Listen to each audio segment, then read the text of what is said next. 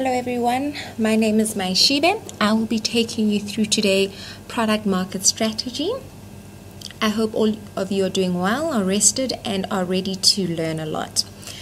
Product market strategy, as you know, forms part of your enterprise syllabus. The Ansoff Growth Vector Matrix is often examined, so therefore it's going to be important for you to thoroughly understand the theory that we will discuss today, but also be able to integrate it with other sections, for example, your BCG matrix. So today we will start off by discussing the Ansoff Growth Vector Matrix in detail. And once we're done with that, do a quick summary as well as a test your knowledge to see how much of the information you do understand. So let's get started.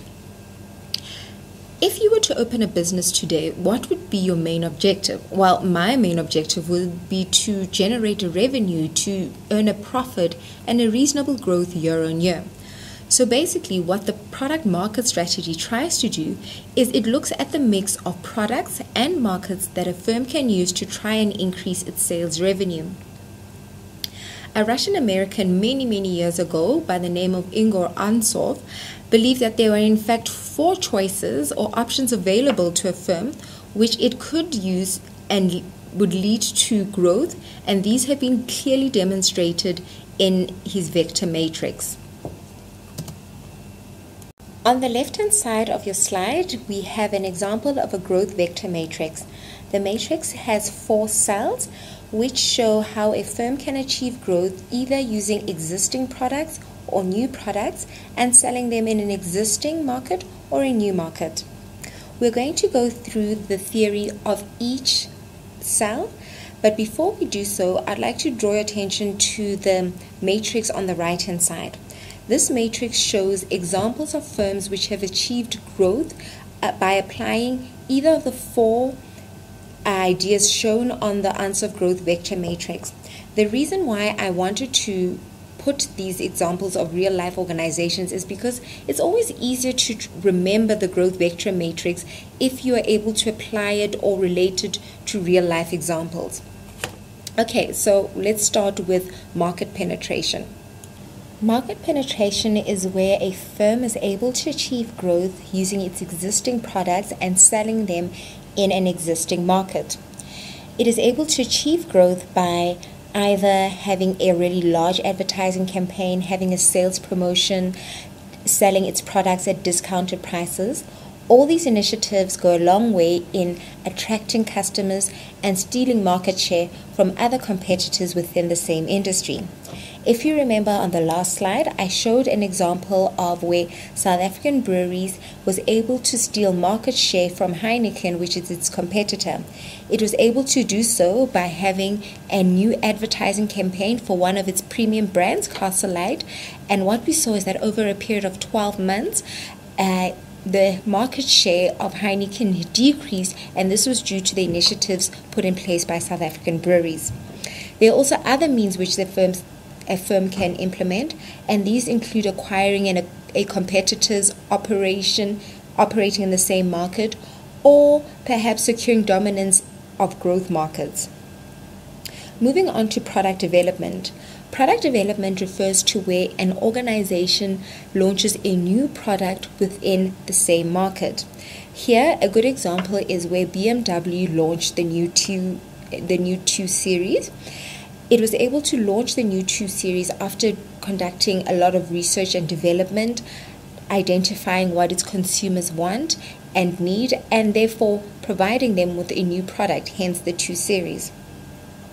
If we then move on to market development refers to where a firm is able to achieve growth by entering into a new market with an already existing product. And this is actually a strategy which is implemented by a lot of large organizations. In order to mitigate their risk, what they usually do is they develop a product and sell it within a domestic market. Once they have analyzed consumer demand for the product and have been able to enhance the product so as to be able to outperform its competitors, they are then able to move it into the international sphere, move it into new geographical areas, export the product to different countries and have third parties sell the products on their behalf. And this is a great way of developing or achieving growth and an increase in your profits. Another means of ensuring growth is by entering new demographic segments, thereby appealing to new age groups, or perhaps identifying new distribution channels to attract customers. An example of an organization that has achieved significant growth over the last decade due to its strategy of moving into developing markets is Europcar. Europcar is an international organization that is involved with the rental of vehicles to private as well as business sector. Its strategy is to move into developing markets within Africa and has seen a 6.5% growth on average due to this. Moving on to the fourth cell of the growth vector matrix, it's diversification. Diversification is where a firm decides to produce a new product for a new market. Caution must be made when any firm wants to diversify. It must fully understand what it plans to gain or what it thinks it will gain from diversification. And this is because there's a lot of risk associated with it. There are two types of diversification. There's related and unrelated diversification. Within related diversification, there are two categories. The first being vertical and then the second being horizontal integration. What does horizontal integration mean? Well, horizontal is where a firm enters into an activity or begins to develop a product that is directly complementary to its present activities. A good example of this is a newspaper company wanting to now produce magazines. Here it will be able to take advantage of its current technology and its competencies because it has already got some idea of that business or industry. So what is vertical integration? Well, vertical integration is where a company becomes its own seller or distributor. An example of that is where, as mentioned to you earlier, South African breweries manufactures as well as packages alcoholic beverages. Instead of using an external supplier to distribute its beers to various shops and customers, it can then purchase its own trucks and begin to distribute its own alcoholic beverages. So what would be the advantages and disadvantages of this sort of diversification? Well, already with vertical integration, you can think that an advantage would be that it raises the barrier of entry for competitors. Also, you avoid costs of intermediate transactions, and as well as you secure a supply of components and material, thus lower supplier bargaining power. There are also disadvantages to vertical integration. The first I can think of is that the organization no longer focuses on its core competencies. In the example I gave you, SAB would now also have to focus on distribution as opposed to focusing mainly on manufacturing as well as packaging of its beer. A second disadvantage is that an organization is not able to take advantages of any economies of scale or technical advances. I urge all students to take a moment to identify all the advantages and disadvantages of diversification because this is often asked in many questions within the E3 syllabus. The second diversification, as mentioned, is unrelated diversification. This is where a firm enters into markets and production of products which are not related to current product offerings by the firm.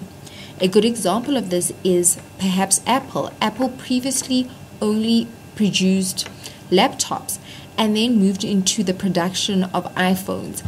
This is an example of where there was high risk but also high return, and Apple has definitely seen the great return from this investment.